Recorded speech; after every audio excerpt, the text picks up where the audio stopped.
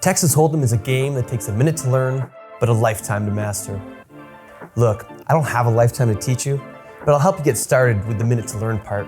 I mean, this is actually gonna take more like 4 or 5, but whatever. Here are some of the basics of Texas Hold'em.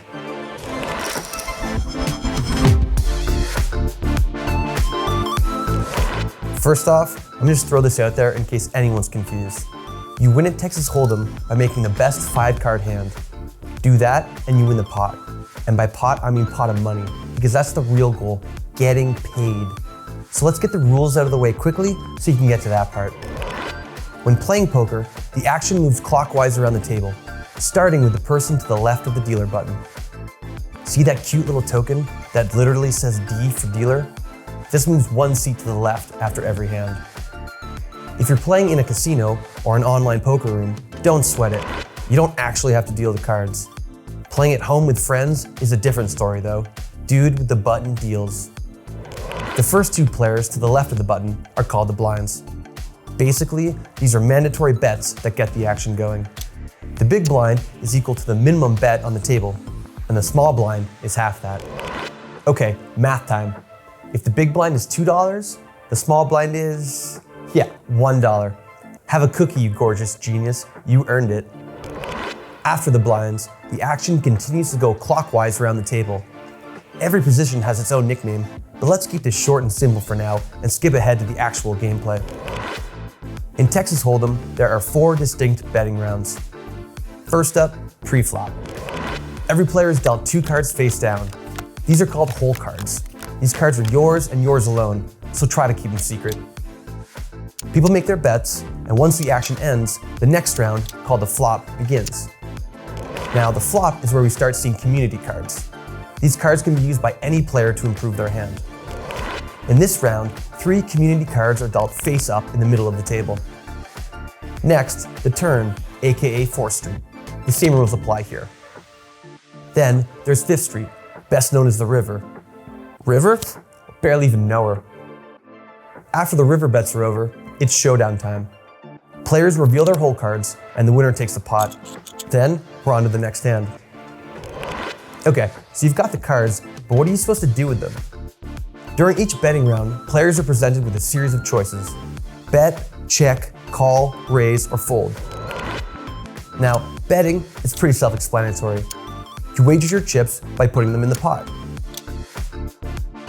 No bets, and you want to keep things just as they are? Then go ahead and check and pass the action on to the next person. Now, calling is when you match the amount of another player's bet. A raise is when you bump up a previous bet to put pressure on your opponent. Now remember, to raise, you have to make a bet equal to the previous bet or raise. Folding is when you decide that you want nothing to do with this hand anymore. See ya. Make this move and you surrender your cards and any money you had in the pot. Now, you can't win any chips if you do this, but you can't lose anymore either.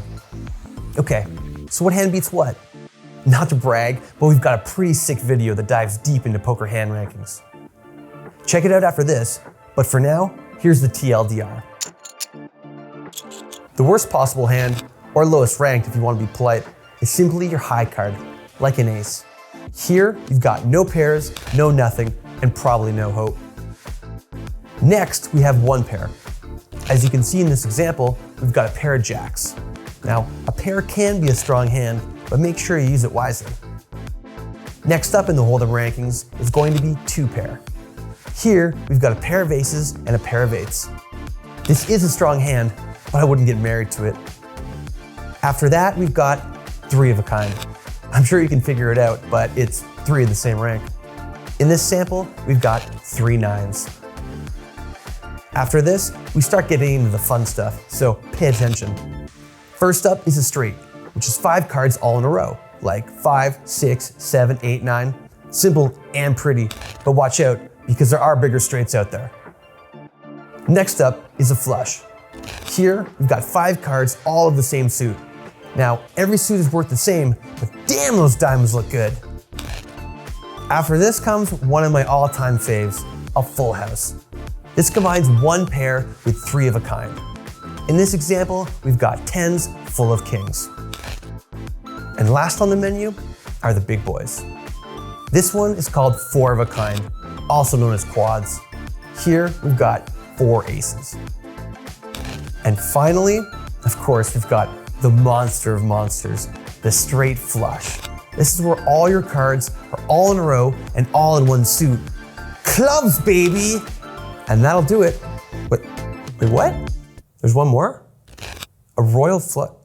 I've never heard of this. What? I've never seen it. Are you sure? Okay, so your 5 minutes are up. You're officially a fish, which means you've got a lot to learn. So hit up Tide Poker for more tips, bonuses, and strat guides, and soon enough, you'll be swimming like a shark.